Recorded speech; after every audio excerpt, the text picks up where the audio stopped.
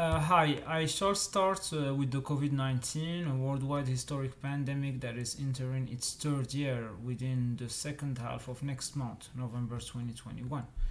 Everyone has his sources, her sources. I have my reliable sources when it comes to the ciphers related to the pandemic. The debate related to the vaccines has never been that crucial and divisive in the meantime. I have already deliberated this axis during my last videos, adding to it the decision making when it comes to the vaccination of the youngsters aged between 5 and 11. But this is a concern also from an adult's perspective. In the French Senate, for instance, in Paris earlier this month, the question of having vaccines in the market, while most of them were in phase 3 clinically speaking, is a very crucial topic. The absence of all data means efficiency and security aren't at 100%. A very unsafe move, objectively speaking. A law proposal that contradicts French legislation of public health and does not respond to the International Oviedo Convention of 1997 that France signed as well.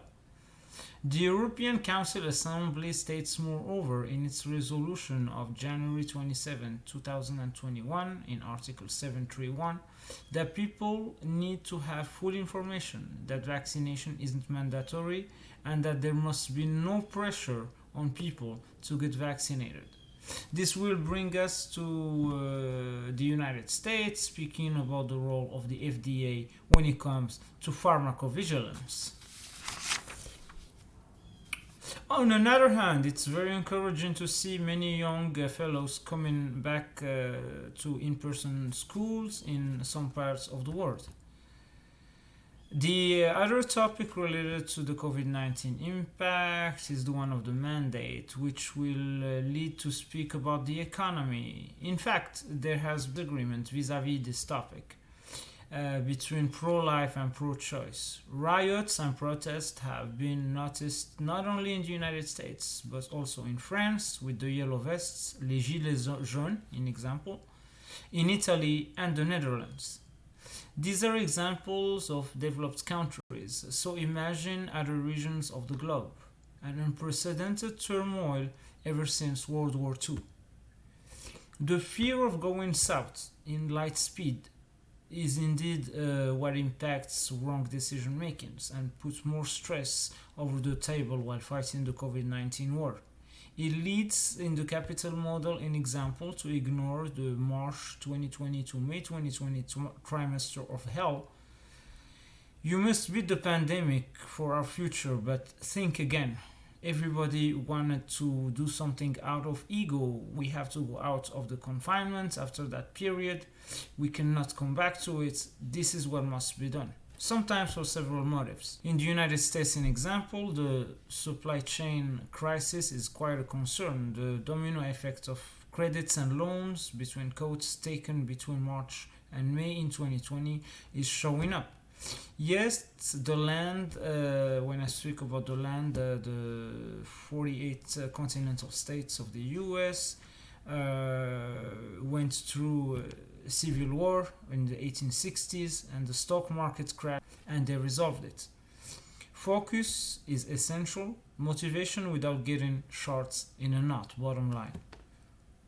Trivialization of misinformation and extreme poverty. Speaking of narratives, by the way, I emphasized on that on November the 6th, 2020, a year ago. That it's worse than that with the pandemic, pretty much, and that health itself is trending as a mundane subject. We had a once in a century challenge months before the pandemic started. With the COVID 19 war, this has become an once in a millennium or once in a history challenge to bring metaphors related to measuring magnitudes, I suppose. It was a great asset to join the Gates Foundation and G Zero Media on the 28th to discuss the critical role of women within the circumstance of COVID 19. Indeed, longest lasting impacts on women include job losses, childcare crisis, and education losses. It's a real challenge to women in reproductive age. Examples were given from the Republic of South Africa, Nigeria, Cameroon, Mali, Guinea, and Pakistan. Dr. Okito Vanessa Wedi invoked the impact of schools closures within the education crisis from a gender dimension dynamic. Minouche Shafiq from London School of Economics said that we are not building back yet, as I invoke every time for a while as well. In order to build back, you have to solve a crisis. We are in the middle of a crisis. Here, that showed us basically all the fault lines of the contemporary society, precarity, including the ones of healthcare systems throughout the globe. When we are done with the pandemic, if we are done with the pandemic, there must be a full review of the social contract at national levels, a complete potential reset, including healthcare infrastructure, quality of childcare, and elderly care. The market and the economy of the Western world must basically look at a set of arrangement that brings more stability and security, socially speaking. Human resources of economic system entities must retarget on potential and talent, including in the case of women, of course. The worst failure of the international economic system in terms of cooperation is what we see right now. You could not have written a case study that would have required more international cooperation. A global pandemic added to international spillovers affecting everyone. Phumzile Mlambo Ngcuka, the former deputy president of South Africa, spoke about the economic incentive not targeting women enough, plus the fact that many sectors where women work were hit hard by COVID-19. I want to get back also to speak about what Jan Bremer invoked regarding the lack of international leadership. I will add, if I may, not only vis-à-vis COVID in the case of the United States, but also when we face international crisis like Afghanistan in 2021, but also domestic crisis when we speak about the social unrests and protests in 2020 and 2021. Capitalism can still survive from the ashes of the pandemic, but by building back in the horizon of 2050. It's not just about the climate crisis added to the pandemic, but also regarding systems of development. Right now, history will record this third parameter of development as mankind nears the second quarter of the 21st century. Mobility, education choices no longer exist at the scale of a level that could meet bare-bone acceptability. What does this mean to refugees, women, children, the case of displaced people, in example from Haiti? The IMF report on Africa showed that permanent reduction in income is growing at a light speed, but also in other parts of the world. The women will suffer first within the context of action. Finally, in the event also, we heard from Mark Sussman from the Gates Foundation. He emphasized on the fact that progress hasn't increased good enough and that the Beijing Women Declaration hasn't been followed up quite well. Even if the vaccines are 200% efficient, like I mentioned before, their bad repartition, geography-wise, is a global scandal. Bottom line here, from Bill and Melinda Gates Foundation, the state of the world is related to staying stagnant or slipping back right now. So yeah, it's a very interesting subject. I will add up that Eastern Europe is facing a new surge of the COVID-19 pandemic as of now. It is a problem that is with us. Make your voice heard, but get informed in order to avoid spreading misinformation. Thank you. And also, like I said, few international organizations and foundations, few national governments and companies responded to keep boats afloat. The multilateral system, on his hand, faces a real test within this plague. As we spoke about it plenty during the United Nations General Assembly last month. Shall we agree on that? So, what say you is an important question when we speak about this. Looking forward on another topic right now to following the developments in Libya, including the presidential elections process. So stay tuned, guys. Africa holds futures, from the endeavors of the Kingdom of Morocco to the one of Libya post-elections of 2021, as well as the one of Republic of South Africa. I will get back to speak about South Africa later on in the video, just invoking the important meetings that took place between King Hassan II in the 1990s with Nelson Mandela, and how they have spoken about a visionary aspect to develop the northern and southern parts of the continent as a part of having the continent leadership in the 21st century at a global scale. Getting back here also to speak about the differences between capitalism, neoliberalism, liberalism, and ultraliberalism. So when we speak about these differences, it's fair enough from high-level standpoint to analyze thoroughly the variances that exist between Marxism-Leninism, Bolshevism that led to communism. History changed the USSR in a post-Brezhnev world. Even before Gorbachev, within the times of Andropov and Chernenko, and even with the influence of the Troika from the perspective of Kosygin. All that influenced, of course, modern communism of the 1980s. Beijing disagreed with Moscow on the orientations of communism as well, from the days of Mao Zedong, and this is a very, very big topic. On another hand, the other concept of socialism that led several countries to differ from the USSR, from the People's Republic of China, and from the German Democratic Republic. That concept had itself a plethora of currents, from the books of Václav Havel in Czechoslovakia to the ideas of Josip Broz Tito for Yugoslavia, while bringing potential idioms to the post-colonial nationalism with Nehru from India and Jamal Abdel Nasser from Egypt.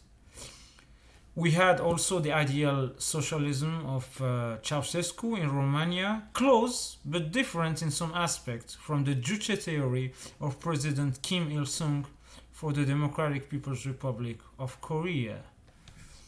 While speaking about China earlier, I want to get back here to speak about an interesting book that could explain furthermore the digital impact of the People's Republic of China. It is about the digital Silk Road and China's quest to wire the world and win the future.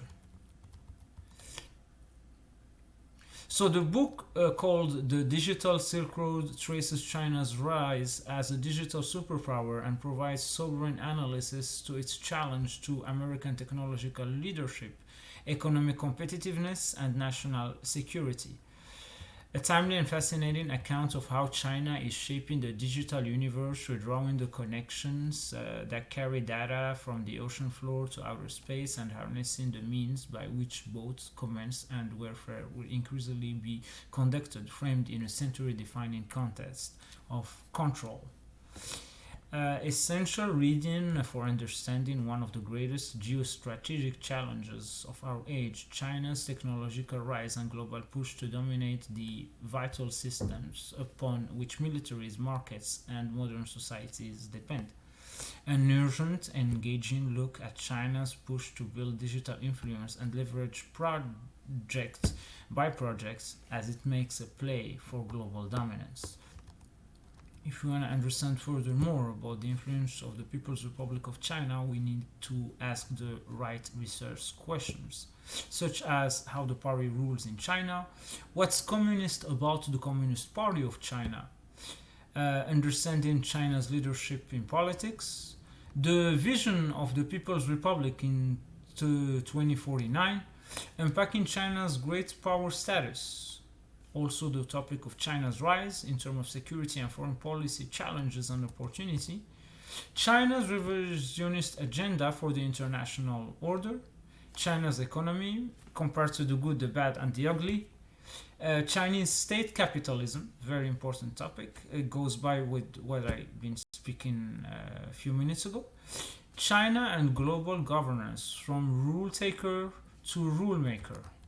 And some practical exercises, if I may, related to the topic is what should we do about Taiwan, and the simulation about the US-Chinese strategic competition when it comes to decoupling and alternatives.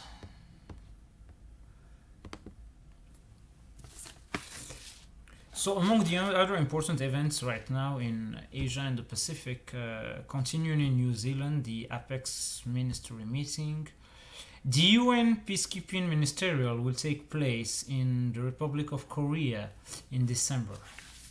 Another important topics now related to the United States and the important question regarding the end of American intelligence dominance. So we have to put here three main letters. ISR. It's a bureaucratic abbreviation for intelligence, surveillance, and reconnaissance.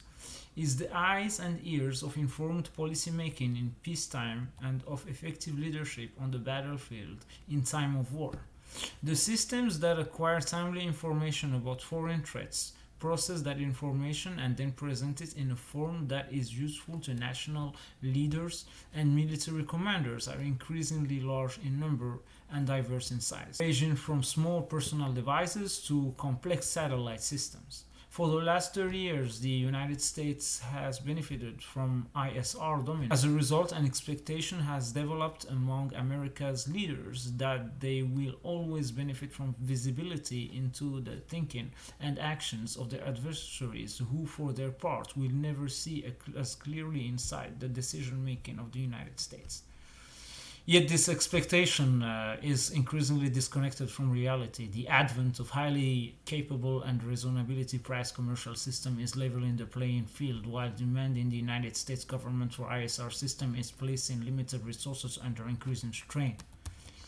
The national security community must begin making hard choices about how to allocate its finite assets.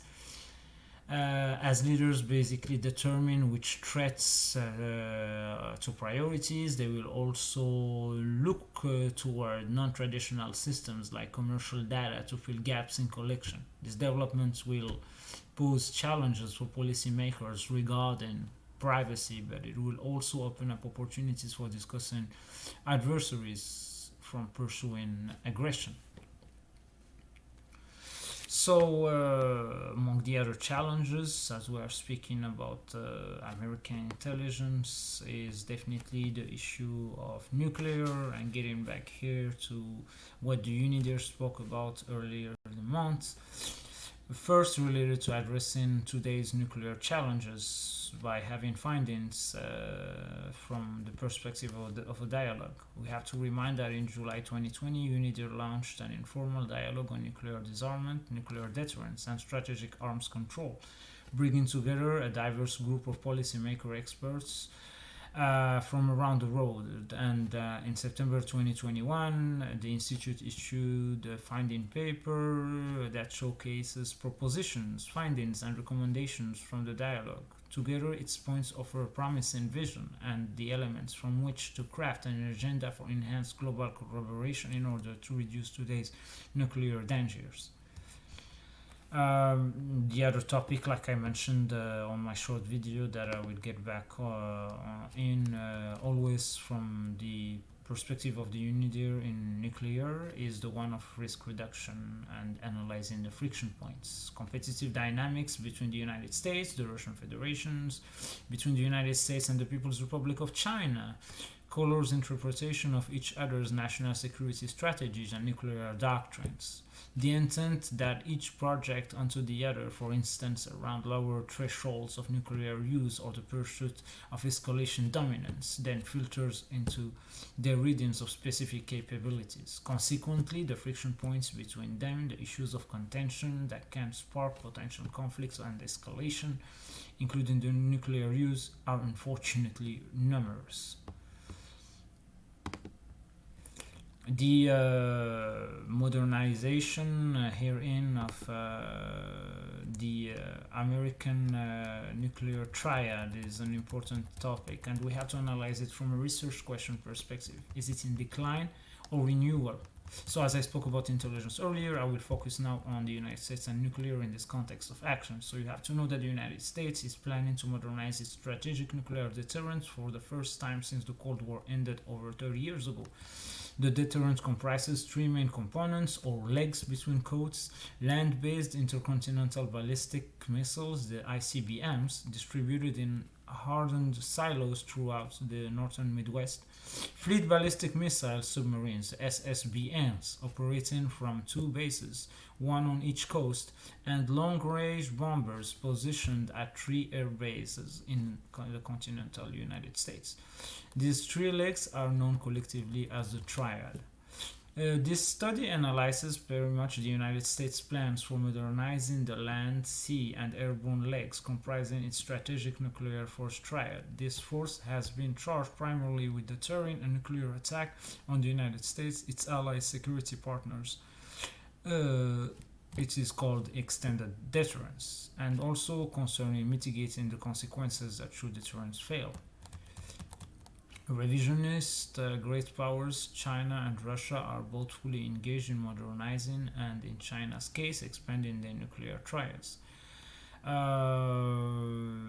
Beijing has worked on the nuclear programs, continuing receiving support from long-term sponsors.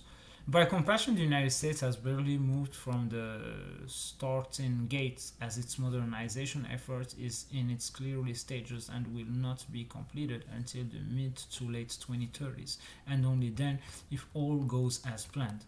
When the US triad of land-based intercontinental ballistic missile submarines, and long-range heavy bombers was formed three scores years ago, it was much the result of accident than design. The result, however, has been serendipitous, as each leg has strengths that offset the weaknesses of one or both of its sister components. Simply put, the combined deterrent effect of the triad is greater than the sum of its individual components. Each leg of existing triad is rapidly reaching its expiration date. Land-based Minuteman III ICBMs were fielded roughly half a century ago, and America's B-52 bombers predate the Minutemen. The Ohio-class boats comprising the SSBN force were built roughly 40 years ago and will need to be retired later this decade. Options for extending the life of each of these systems are less cost than replacing them have been exhausted.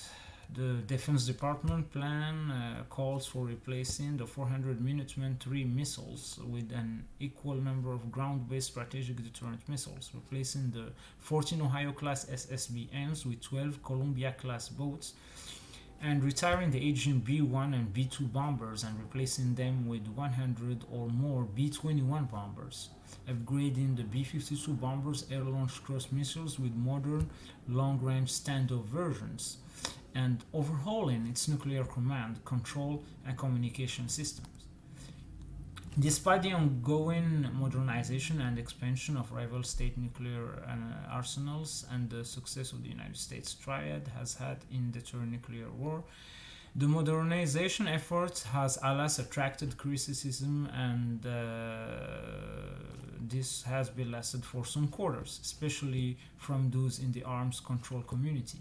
Their ranks have been boosted support for some current and former senior policymakers. Many express concerns about the modernization's price tag of $264 billion for the land based version, as much as $1.5 trillion overall during the system's lifespans, places an excessive burden on defense spending in particular and the federal budget in general. Alarms have been raised over the risk that modernization will reduce crisis stability and thereby compressing deterrence. Skeptics also assert that the United States can achieve the triad's traditional objectives equally by moving to a dyad of submarines and bombers. Some believe that if the ICBM force must be maintained, it should be done by extending the life of the existing Minuteman force, not replacing it.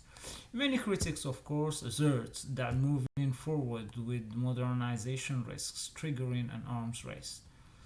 This assessment basically finds the critics' arguments opposing triad modernization generally unpersuasive.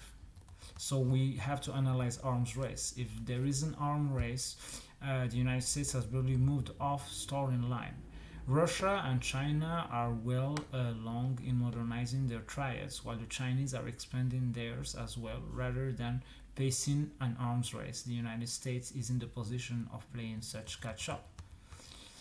Then there is the context of action analysis of cost and cost imposition. The program's cost is not trivial, but neither is it extravagant.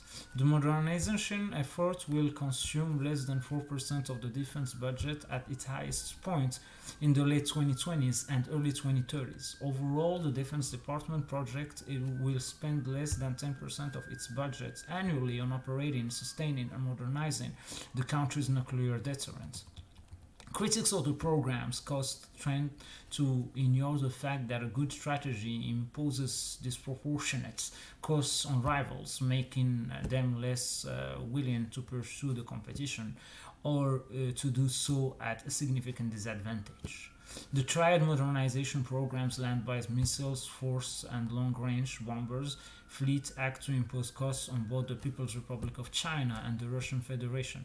The GBSD force does this by presenting them with an unfavorable attack weapon exchange ratio of 2.1 or likely worse. Defending against the bomber force requires enemies to expend resources as much as an order of magnitude greater than those required to field and maintain the bombers, and generally without success. Finally, if we want to analyze this in terms of crisis stability, we have to talk about concerns relating to crisis stability centering primarily around fears, and the ICBMs will be forced to assume a hair trigger launch posture. This stems from their fixed locations, which are well known for enemies, and their short attack warning time, perhaps 20 minutes or so before the incoming enemy warheads arrive. Hence the assumption that these missiles must be launched on warning of an attack, requiring them to be on high alert, thereby increasing the risk of an accidental or unauthorized launch.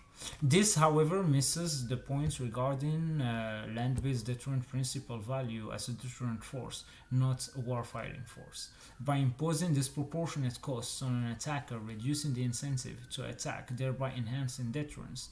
In brief, the land-based deterrent principal value rests in its ability to deter an attack rather than being launched in the wake of an attack, in deterring a nuclear war rather than fighting one.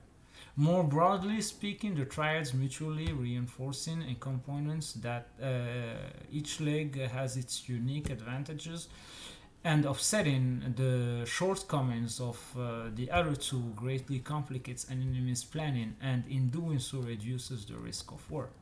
So while invoking that, I must speak about cutting back to a dyad, and those promoting the concept of eliminating the triad's land-based leg in favor of a dyad bombers and submarines have not presented any compelling argument for why the land-based leg detracts from deterrence or that is prohibitively costly, nor have they explained how concentrating America's nuclear eggs between coats in a few submarine baskets strengthens deterrence, nor if the triad primary objective is to deter China and Russia. Do critics explain why Chinese and Russian leaders believe modernizing their triads is important to ensure they possess a robust deterrence?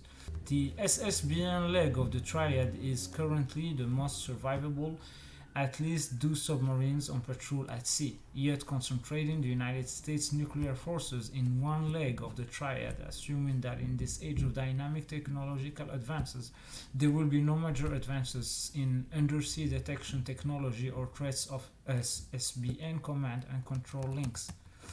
So this is trending us to ask the important research question: a vastly different tomorrow.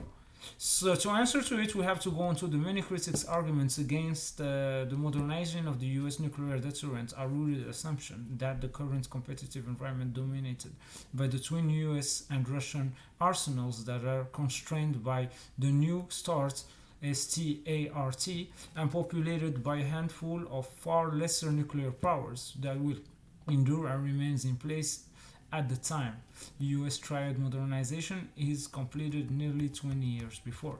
These assumptions are increasingly fanciful. Indeed, it's far more likely that the strategic nuclear competition will have experienced several disruptive shifts by the mid-2030s. I have invoked this before and I want to emphasize on the topic as we wanted, of course, to reduce the nuclear activity and nuclear power, as we spoke about it recently at the United Nations as well, continuing on that context of action, getting back to analyze the tripolar nuclear great power rivalry. The US policymakers cannot discount the US-Russian bipolar nuclear competition becoming tripolar, with the People's Republic of China joining them in the first rank of nuclear powers. Evidence is growing that China is determined not to be a second-class citizen regarding nuclear arms. Exhibit A is its ongoing nuclear modernization and expansion program, which is projected to at least double China's nuclear arsenal by decade's end. This would square with China's developing the DF-41 ICBM, capable of carrying 10 warheads and constructing over 100 new missile silos while fielding a separate road mobile ICBM force. If a tripolar great nuclear power regime were to emerge, parity along a key component of Russia's US arms control agreements would no longer be possible for each of the three nuclear giants. Correspondingly, establishing and maintaining a US deterrence capable of providing an assured destruction capability against two comparably armed powers would prove challenging. Doing so while preserving today's level of deterrence seems especially daunting. From a context of breakouts, there exists significant potential for it in relatively rapid and significant shifts in the nuclear balance. China is unconstrained by new STRT, and nothing precludes the Chinese from stockpiling missiles or warheads. The large number of missile silos now being constructed in China could house a few missiles or many. Similarly, the People's Liberation Army (PLA) could easily expand its mobile launch systems. The Russians have a new ICBM that can accommodate 4 MIRVs and another under development that can be armed with 10 or more. They also clearly have sufficient fissile material stocks to support a rapid expansion of their arsenal. Second-tier nuclear power, very important point here. If the new STRT agreement is sustained over time, perhaps even incorporating a Chinese strategic nuclear force, then lesser nuclear powers could be incentives to expand their arsenals to enhance the value of their geopolitical alignment. If so, the United States could be confronted with establishing an assured destruction capability against Russia and China while having to address threats. If the New START regime were to collapse in the wake of a Chinese ascent to great nuclear power status, an arms race could ensue. If no prospective second-tier nuclear powers would have far less incentive to expand their arsenals to the high triple digits. similar to the British, Chinese, and French Cold War era forces, since they would exert only an extremely modest influence on the competition among the great nuclear powers, I suppose. The multidimensional strategic forces focuses here on the fact that nor can the United States policymaker ignore the emergence of multidimensional strategic arsenals enabled by the growing number of non-nuclear precision strike forces capable of attacking with confidence a significant number of strategic targets once reserved for nuclear forces. Moreover, as recent events suggest, cyber weapons also have the potential to hold at risk key elements for advanced state critical infrastructure. Non-nuclear hypersonic missiles could not be discounted either, which may come to exert a significant influence on the strategic balance. So, the bottom line, current circumstances strongly support triad modernization, likely shifts in the character of the strategic competition, both geopolitical and military technical, serve only to increase the value of proceeding. Indeed, given current trends, it would at the latest seem prudent to hedge against the prospect of some will quite likely play out. If so, the United States option for addressing such shifts in the threat environment would be greatly enhanced by maintaining a modern nuclear deterrent sustained by a healthy industrial base.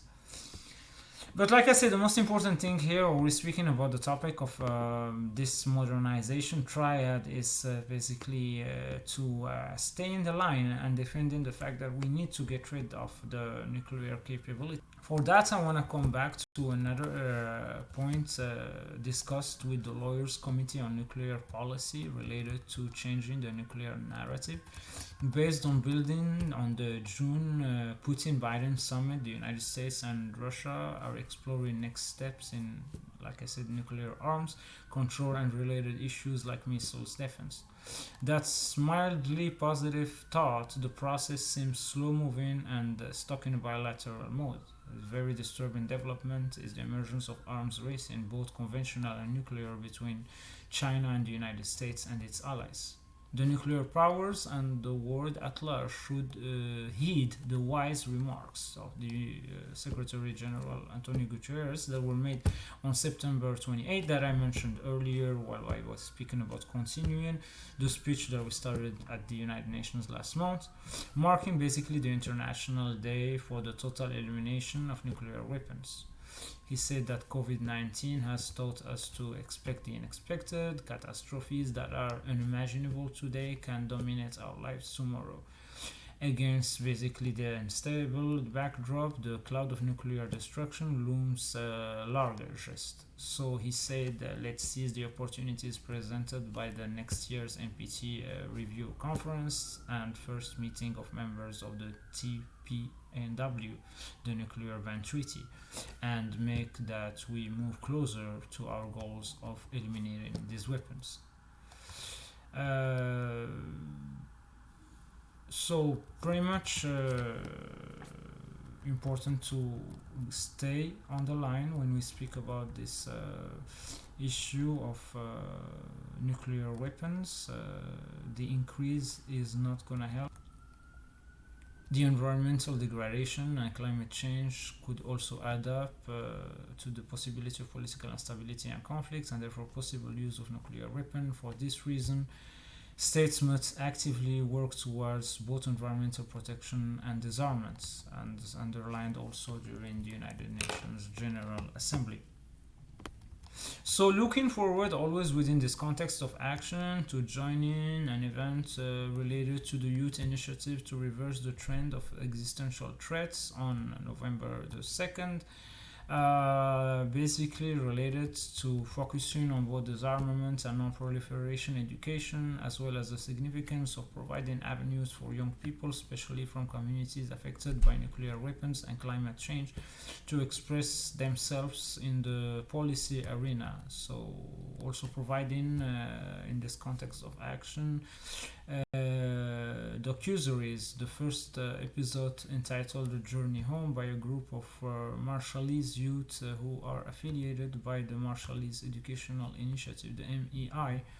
MEI is an Arkansas-based non-governmental organization committed to raising awareness of the ongoing consequences of the United States nuclear testing and climate change in the Marshall Islands. The United Nations Security Council's presidency for the month of October under Kenya has concluded. Among the important topics to get back to speak about here that should be also in the table of the next president, Mexico, starting Monday, the issues of the Middle East, especially Syria, the DRC sanctions, the topic of small arms, peace building and sustaining peace, internal diversity, state building, and the search for peace. The issues of Colombia, as I have been mentioned ever since the presidency of France in July. Among the other things that were spoken about during this month at the Security Council, the issues of the Great Lakes region, the 751 Committee, the 1559 report, also the cooperation between the United Nations and regional and sub-regional organizations such as the African Union in reference to the VTC debates on the 28th. Many other reports were also submitted to the Security Council during the month of October. I do mention the one of the OPCW, the one of the BIH.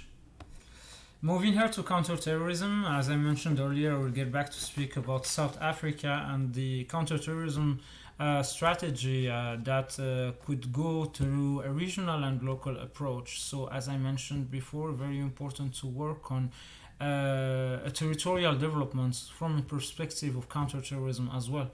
We go from analyzing the capabilities of developing a counterterrorism policy at the levels of Johannesburg, Cape Town, Stellenbosch as well for that matter in the same area, Durban, Port Elizabeth, Pretoria, Bloemfontein, Nelspruit, Rustenburg, Polokwane, Kimberley, and the rest of the country. Note also the support to the counterterrorism tasks provided by South Africa in Eswatini and Lesotho, countries enclaved inside of the Republic of South Africa. So I want to get back here to speak related to the Data Disclosure Framework, the DDF, a unique roadmap developed to help tech companies respond to requests from foreign criminal justice authorities. The work of the United Nations at the level of New York and Vienna by the United Nations Office on Drugs and Crime, the UNODC, and the Security Council Counterterrorism Committee Executive Directorate, the CTED, that launched basically the Data Disclosure Framework, a practical tool that outlines practices developed by international service providers in responding to data requests submitted by foreign criminal justice authorities. It's a framework that is a result of an active engagement with the private sector that was developed thanks to the financial support of France, Germany, Japan, the United Kingdom, and the United States. It is the latest in a series of practical tools developed in 2021 by the UN Global Initiative of Handling Electronic Evidence, and the first to specifically target smaller tech companies and micro platforms, providing them with a unique roadmap for rapidly and lawfully responding to foreign requests for e-evidence in counterterrorism investigations. Other tools developed by the Global Initiative in 2021 include the new practical guide for requesting electronic evidence across border and the standardized model request forms. The Data Disclosure Framework and all tools are basically very important to analyze for legal resource and practical tools on e-evidence. The UN Global Initiative, led by UNODC, CITED, and the International Association of Prosecutors, the IAP, aims to enhance the capacity to have the central authorities, prosecutors, and investigators obtaining electronic evidence in a timely manner, including through direct requests to service providers. Very important, therefore, to analyze the Data Disclosure Framework, a 94-page report that has been published on the United Nations website, and get back here to speak about the general practices developed by international service providers in responding, in example, to overseas governments' requests for data. That includes the purpose of the data disclosure framework in terms of general practices, from roles and responsibilities to scope of e-evidence, law enforcement guidelines offered by service providers, the rights of users. That includes basically the United Nations and international legal standards, useful resources on preservation, data retention, and data protection, general data protection regulation, and other examples of data protections and privacy legislations in terms of analyzing user consent, user download in the context of user control over their data. There is also the point related to users' notification. The issues of preservation are also analyzed in the report, and we speak here about the context of basically providing useful information before receiving request, receiving a preservation request from an overseas state authority, formats of the preservation request. Cross-border voluntary disclosure is also a topic within this report related basically to the non-emergency voluntary disclosures. And the emergency voluntary disclosure, emergency versus urgency, information to be provided in an emergency request, and the voluntary disclosure checklist for emergency and non-emergency. Also, the mutual legal assistance is deliberated herein by speaking about the general practices in the context of requesting data, data protection, non-disclosure, and sealing. And finally, the trends and challenges that are related to quasi-judicial roles of SPs, jurisdictions, and the cloud from a perspective of legal challenges, legal reform, trans-border data flows, and hosting or multi-layered providers. The special meeting of the Counterterrorism Committee commemorating the 20th anniversary of the adoption of the Security Council Resolution 1373 of 2001 and the establishment of the Counterterrorism Committee is a key event at the United Nations this upcoming week, November 4th. So this will lead us, of course, to get back on the fact that the United Nations on September 28, 2001 adopted through the Security Council the Resolution 1373 of 2001, which was a landmark resolution that defined a broad counterterrorism mandate for the international community and established the Counterterrorism Committee to monitor member states' implementation of its provision. This unanimous recognition by the Security Council of the severe threat posed by terrorism to international peace and security was a pivotal moment in the international community counterterrorism response to terrorism. Since 2001, the United Nations has been at the heart of the global effort to combat terrorism in all its forms and manifestations. The Council has taken the leading role in guiding the evolution of the approaches required to address the threat of terrorism. Security Council Resolution 1373 of 2001 is a foundation upon which the Council Active Counterterrorism Framework is built and continues to provide the basis of further development in countering terrorism. It was also a support to the executive action of the United States combating terrorism ever since the September the 11th attacks in 2001. The year 2021 marks therefore the 20th anniversary of the adoption of this resolution and the establishment of the committee. Although much has been accomplished in the area of countering and preventing terrorism, significant challenges and gaps remain. The proposed special meeting will provide an opportunity to reflect on the work of the committee and seated over the last 20 years and to address the change and impact achieved through their committed efforts. It will facilitate in-depth discussion of the success achieved and challenges encountered by states in implementing this resolution and the subsequent resolutions, as well as their various good practices that were developed. The discussion should focus on the progress made and continuing challenges in implementing this Resolution 1373 and other relevant resolutions, as addressed by the Committee's 2021 updated global survey to the implementation of the Resolution 1373 of 2001 and other relevant resolutions by member states to be issued and as an experience by states themselves. Participants must reflect, I believe, on significant developments in the work of the committee and CITED in order to advance international standards, promote the adoption of a comprehensive approach to counterterrorism, encourage engagement with the national governments and integration into the overarching global counterterrorism efforts, and ensure the inclusion of the gender dimensions in countering terrorism and violent extremism leading to terrorism. This special meeting must also adopt a forward-looking stance by considering next steps for the committee and the CITED, as well as the future of counterterrorism efforts. This will enable member states, United Nations bodies, international and regional organizations and entities, and academia to discuss areas where further architecture and engagements are required, especially with the regard to addressing emerging terrorist threats and ways in which the United Nations counterterrorism efforts and plans could be further enhanced to help strengthen states' responses in the global threat in compliance with international law, including international refugee and humanitarian law.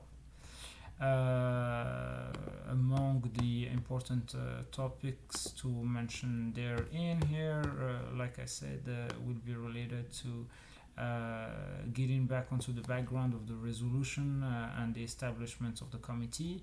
Also speaking about the topics for the special meeting, discussion progressing, made and continuing challenges on implementing the resolution 1373 of 2001 and the relevant resolution as addressed by the committee's 2021 updated global survey of the implementation of this resolution and other relevant resolution by member states. Among the most important things to speak within this important event, the progress, like I said, made and remaining challenges in the implementation of the Security Council Resolution 1373 and other relevant resolutions to counter terrorism, assessing the progress and impacts achieved, identifying remaining and evolving challenges, including in relation to changing threats and capacity gaps, and sharing experiences, good practices, and lessons learned over the 20 years since the adoption of the Security Resolution 1373.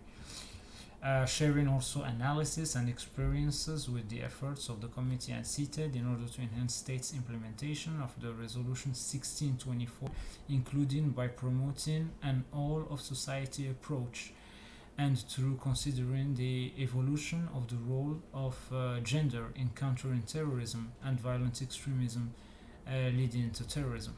Also a focus on the youth in this context of action.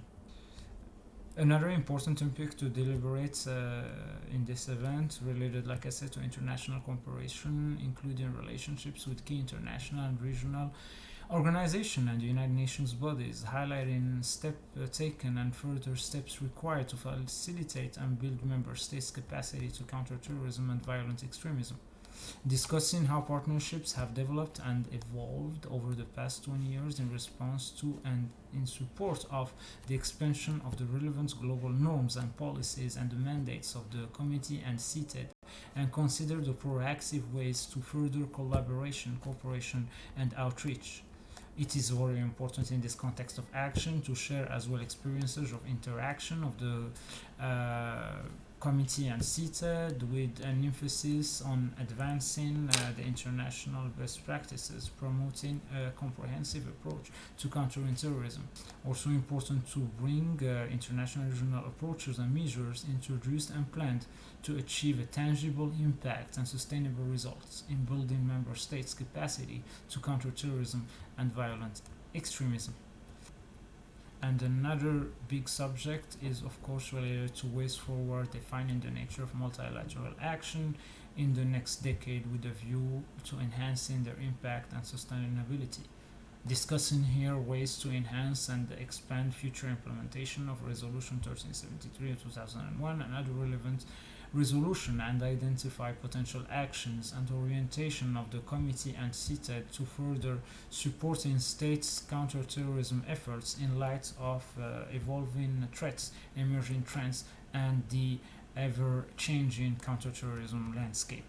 Very important for speakers also here to highlight the potential engagement and innovation, sharing expectations of global counterterrorism efforts, and purpose ways to further enhance the United Nations counterterrorism architecture to help strengthen states' response to the global terrorist threats and compliance with international law, including international refugee and humanitarian law, and taking into account gender, youth dimensions in all of the society approach in countering terrorism and violent extremism leading to terrorism. Moving now to speak about development at the conclusion of the video, focusing here in Spanish on the efforts of the UNDP at the level of Latin America and the Caribbean. La cuarta reunión de la Conferencia Regional sobre Desarrollo Social de América Latina y el Caribe fue organizada por la Comisión Económica para América Latina y el Caribe, el Gobierno de Antigua y Barbuda y el Programa de las Naciones Unidas para el Desarrollo, el PNUD. Importante de hablar de las áreas sociales de la región, presentación de documentos sobre desastres y desigualdad que analiza alternativas de implementación de algunas de las líneas de acción de la ARDSI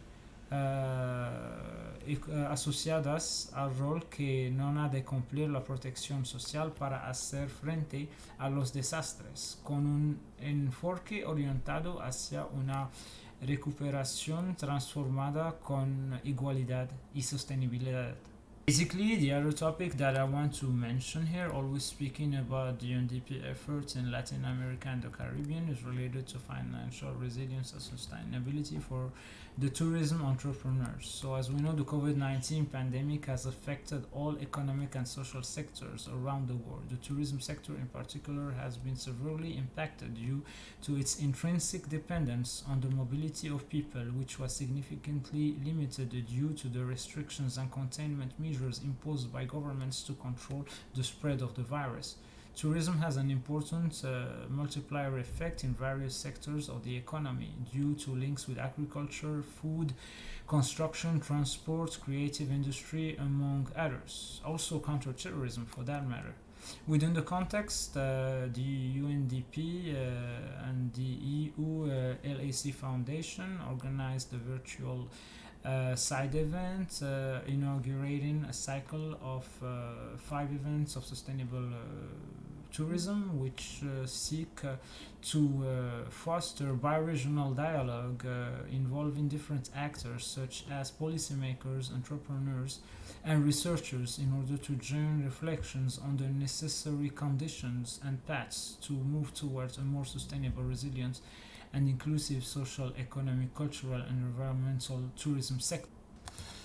También una palabra en español sobre esta conferencia. Es el tercer evento de un ciclo de conversaciones organizado por el PNUD y la Fundación EU-LAC que busca abordar los desafíos y oportunidades asociados a la recuperación para un turismo que sea social, económica, cultural y ambientalmente más sostenible. La discusión en esta oportunidad se centrará en las medidas para fomentar la resiliencia y desarrollar ofertas turísticas más sostenibles entre las micros, pequeñas y medianas empresas del sector. Finally, I want to conclude the video with speaking about a saying, twice the pride, double the fall. There is no motivational speaking here, guys, you know.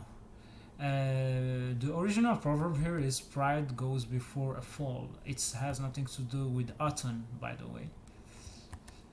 It is a caution against overreaching ourselves. It means that the moment when we are most confident in something is when we are in the greatest danger of things going south. For example, a bridge is built using a new engineering method which is trumpeted as the biggest and safest advance in construction for a century. Then, due to an unforeseen factor overlooked by the architect, the bridge collapsed. Take the example of the Titanic as well. It harks back to the concept of pride as a sin. Ultimately, a man should be careful not to take pride in his achievement, as ultimately, in that interpretation, everything is only able to happen thanks to the grace of God. It's a Sunday and it's Halloween. How extraordinary! It's a riff on a Bible quote, Proverbs 16:18. Pride goes before destruction, and the Holy Spirit before a fall. This has shortened as the English proverb, pride goes before a fall.